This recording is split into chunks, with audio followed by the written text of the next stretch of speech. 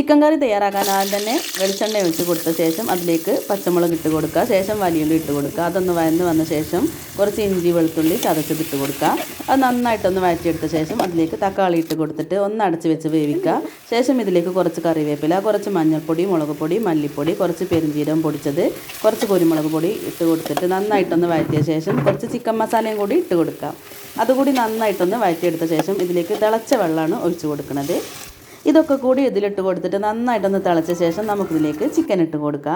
Chicken ഇട്ട് കൊടുത്ത ശേഷം നന്നായിട്ട് ഇതൊക്കെ ഒന്ന് വെന്ത് എണ്ണയൊക്കെ ഒന്ന് തെളിഞ്ഞ് വരുന്ന ടൈമിൽ കുറച്ച് കോൺഫ്ലവർ കലക്കി ഒഴിക്കുന്നുണ്ട്, കറിക്കൊരു കുറുകൽ കിട്ടാൻ വേണ്ടിയിട്ട്. പിന്നെ കുറച്ച് മല്ലിയില, കുറച്ച് കറിവേപ്പില ഇട്ട് കൊടുക്കുക. ഒരു ടേസ്റ്റിന് വേണ്ടിയിട്ട് ഒരു ടീസ്പൂണ് ടൊമാറ്റോ സോസ് കൂടി ഇട്ട് കൊടുക്കുന്നുണ്ട്. നെയ്ച്ചോറിലേക്ക് ആയതുകൊണ്ടാണ് ഇട്ട് കൊടുക്കുന്നത്. എന്നിട്ട് നന്നായിട്ടൊന്ന് മിക്സ് ചെയ്യുക. ഇതുപോലുള്ള വീഡിയോ കാണാനായിട്ട് ജസീസ് വേൾഡ് എന്ന ചാനൽ സബ്സ്ക്രൈബ് ചെയ്യുക. Thanks for watching.